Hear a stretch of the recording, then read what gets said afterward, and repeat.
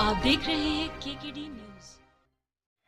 नमस्कार, KKD news में आपका स्वागत है। मैं हूं आपके साथ नम्रता शर्मा। ये नजर डालते हैं खबरों पर। जमीयत उलमा मध्य प्रदेश सर्वधर्म सद्भावना मंच ने किया पौधारोपण।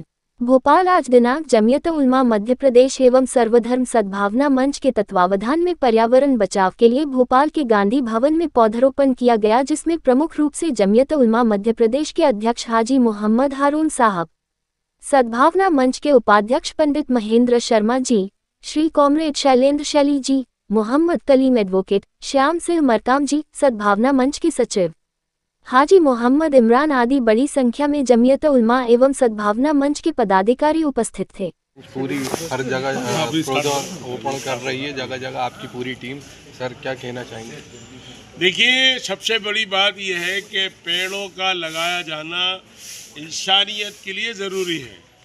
इसमें सबसे बड़ी बात ये बताना चाहूँगा कि हज़रत मोहम्मद सल्लल्लाहु अलैहि वसल्लम ने फरमाया कि अगर किसी इंसान को ये पता चल जाए कि थोड़ी देर बाद क़यामत आने वाली है, यानी प्रलय होने वाला है, तब भी उस आदमी को पेड़ लगाने की कोशिश करना चाहिए। इससे बड़ी बात क्या हो सकती है, इससे बड़ी फजीलत क्या हो सकती है कि अंतिम समय तक आदमी को पेड़ पौधे लगाना चाहिए।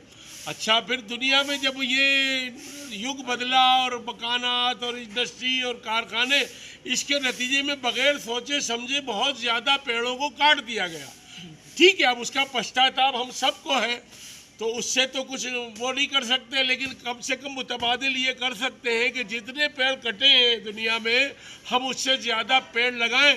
तो हमारा सर्वधर्म सद्भावना मंच है, सेकुलर मंच है, जमीयत उलमा हिंद है, और सारा देश अब इस बात के लिए जाग गया है कि पेड़ लगाना चाहिए। हमारे बुजुर्गों ने, पंडित जवाहरलाल नेहरू ने, लाल बहादुर शास्त्री का ख़ास तौर पर मैं जिक्र करूंगा कि वो ये तो कहते थे कि कहीं अगर दीवार के ऊपर भी अगर कोई पौधा लगाया जा सकता हो तो लगाना चाहिए। तो सारे लोगों से हम अपील करेंगे दुनिया में कि ज़्यादा से ज़्यादा पेड़ लगाने की कोशिश करें, फलदार पेड़ जहाँ भी जितनी जगह मिल सकती है, और उसकी रखवाली भी करना चाहिए। तो उसके लिए ज़रूरी है कि रखवाली भी करें और पेड़ भी लगाएं। तो हमारा सर्वधर्म सद्भावना मंच भी ये काम कर रहा है और अभी इसको करते रहेंगे।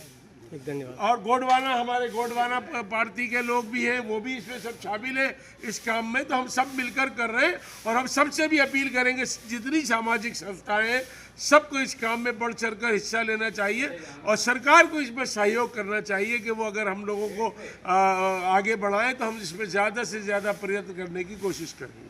गोडवाना का एक ही लक्ष्य है, जंगल, जमीन और जल, यही संघर्ष करते हैं। आज हम लोग यहाँ पर एक नेशनल बॉडी की एग्जीक्यूटिव कमेटी की बैठक बुलाया गया और दशा दिशा पर भी चर्चा हुआ है। वृक्ष रोपण हमारा बड़ा महत्वपूर्ण है। हमारे दादा हीरा सिंह मकरान जी ने हमेशा वृक्ष के ऊपर ही ज़्यादा जोर दिया है। वृक्ष को लगाना है, देश को बचाना है और आगे भी बचाते रहना है। किसानों को समाधान पर भी बहुत सी चर्चा किया है। इसलिए आज जो स्थिति देश में बना है, बहुत सा माफिया बन चुके हैं, उनको रोकना होगा और हम अकेले नहीं रोक सकते हैं। हम सभी भाइयों को मिलकर साथ में का संघर्ष करना है, उनके आंदोलन को खड़ा करना है।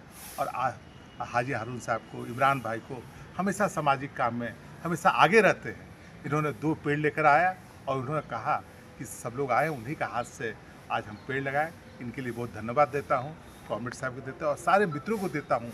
हर जिला से लोग आए हैं, उसको भी बड़ा धन्यवाद देता हूँ जो आपने कहा। बहुत धन्यवाद। रहमान रहीम। देखिए, सर्वधर्म सद्भावना मंच और जमीयत उलमा मध्य प्रदेश की तरफ से जो है मुहिम चलाई जा रही है कि ज़्यादा से ज़्यादा शहर में और पूरे मुल्क में पेड़ लगाए जाएं। उसी के तहत आज हम लोगों ने सब लोग यहाँ जमा हुए, कुछ मेहमान भी हमारे इधर उधर से आए हुए हैं। उन सब ने मिलकर जमीयत उलमा मध्य प्रदेश के सदर, सद्भावना मंच के ज़िम्मेदार सब ने मिलकर यहाँ शजरकारी की, पेड़ लगाए और लोगों को ये संदेश दिया कि ज़्यादा से ज़्यादा पेड़ लगाएं, पेड़ों को बचाएं, क्योंकि यही हमारा मुस्तकबिल है और इसी को हमें बचाना है। हाँ, नाम बताइए जी, मीडिया को परिचय दीजिए आप। जी, मेरा नाम गुलरेज खान है। मैं एक मोटिवेशनल कॉर्पोरेट ट्रेनर हूँ। आज मुझे यहाँ बुलाया गया है, इमरान भाई ने मुझे यहाँ बुलाया है।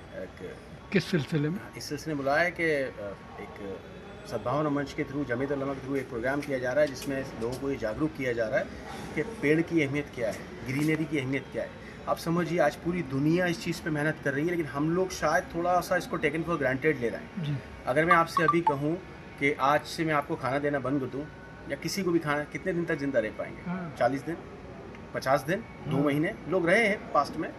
और वहीं अगर मैं आपका पानी रोक दूं तो आप कितने दिन जिंदा रह पाएंगे? 15 दिन, 2 दिन, 1 दिन, डिपेंडिंग ऑन द मेटाबॉलिज्म, कितना भी, फिर 2-3 दिन से ज़्यादा जिंदा, हफ्ता भर बिल्कुल हालत गिरती जाएगी। लेकिन अगर मैं आपकी सांस रोक दूं इस वक्त, हाँ। तो आप कितने टाइम तक जिंदा अरे रह वो तो पल भर की ऑक्सीजन की यही चीज़ अहमियत बताती है, हवा की यही चीज़ अहमियत बताती है, इन पेड़ों की जिनके ज़रिए हमको ऑक्सीजन मिलती है। ये अपना बलिदान और त्याग करते हैं कि हमारी जो कार्बन डाइऑक्साइड है उसको पी लेते हैं और हमको ऑक्सीजन देते हैं।